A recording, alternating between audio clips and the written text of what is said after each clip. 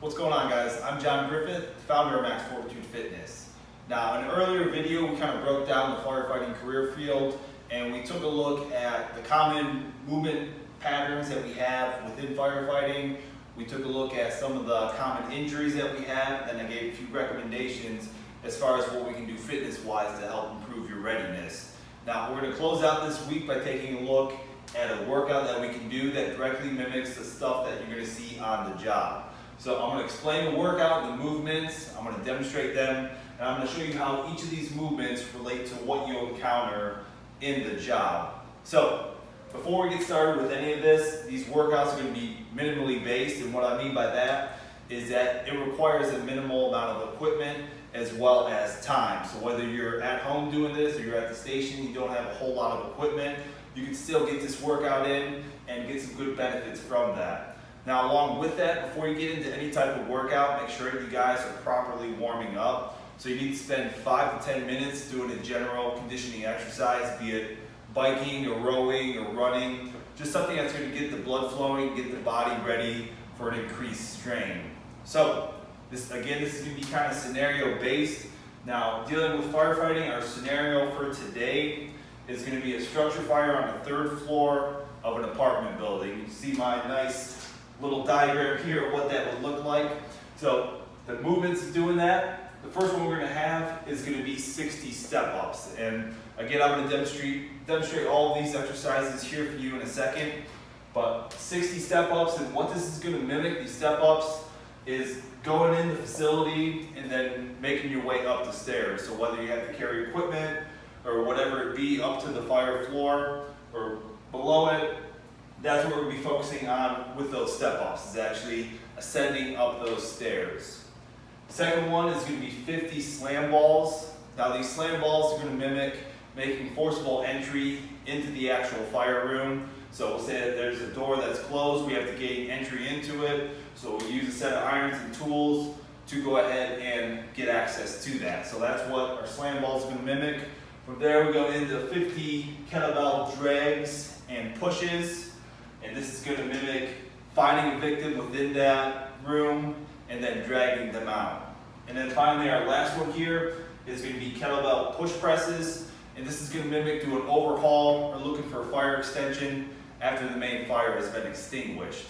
So let's start with what these movements are going to look like. The first one is going to be step-ups. If you have a box at your station, you can use that. If you don't, then any elevated platform, what we're looking for here, is between about 20 to 24 inches. So with that, you can use weight. If it's a little bit too easy, use some body weight. If not, just focus on your body weight. But all you're going to do is place that foot fully on the platform. That knee should be creating about a 90-degree angle. And you're simply going to step all the way up till my hips are extended and then back down.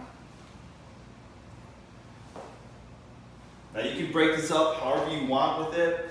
Just make sure you're doing an even number of steps on each side. So it's going to be 30 step-ups with the left leg and then 30 step-ups with your right leg.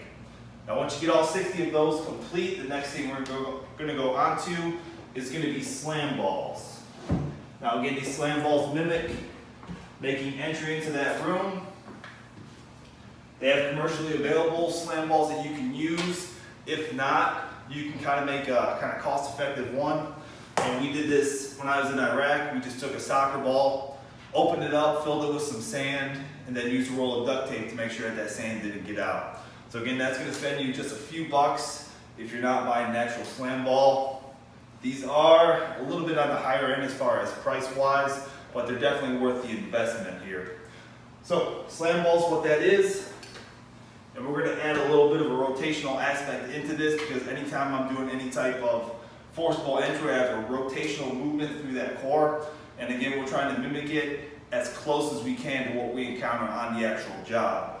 So slam balls, I'm going to take it all the way up and then contracting that midsection, I'm going to drive that ball down. Again, I'm going to rotate so that ball is going to impact on the outside of each of my legs here. So all the way up. Slam it down, picking it all the way up, going to the opposite side.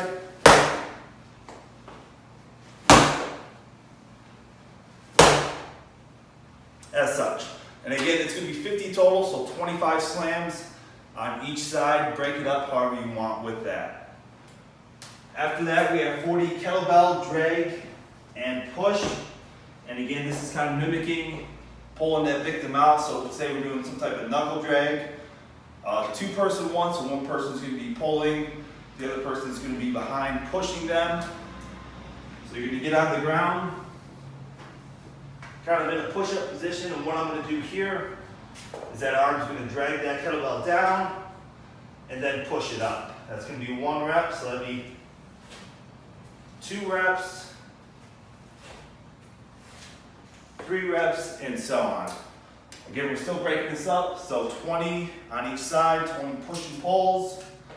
And what I find a lot of times with movements like this is a lot of people, not just in the firefighting career field, but people in general, tend to have underdeveloped back muscles. So their latissimus dorsi and the rhomboids and traps are usually underdeveloped because a lot of people don't like working their back. But it's essential, especially in something like this, that you help balance that out, have a strong chest, as well as a strong back. Now our last movement here is kettlebell push press. You can use the same kettlebell you use for the kettlebell drag and push if you need to. If you have more kettlebells and you want to change up the weight, then of course you can go ahead and do that. But the exercise, what it entails, kettlebell is going to start at my shoulder. Once I'm here, if you look from the side, I'm just going to dip down about 2 or 3 inches, and then immediately out of that dip, I want to drive forcefully up, use those legs to help drive that kettlebell to a full arm extension position. So come down, drive it up, back to the shoulder, and repeat.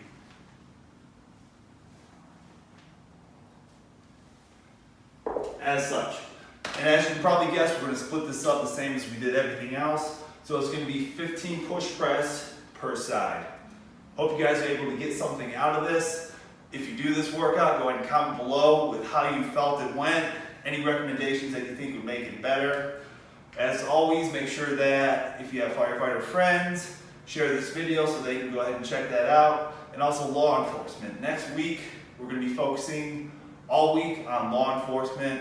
So we'll go over the same thing, we'll break down the career field, and then that Saturday, we're going to create a scenario workout based off of everything we go over in that first video.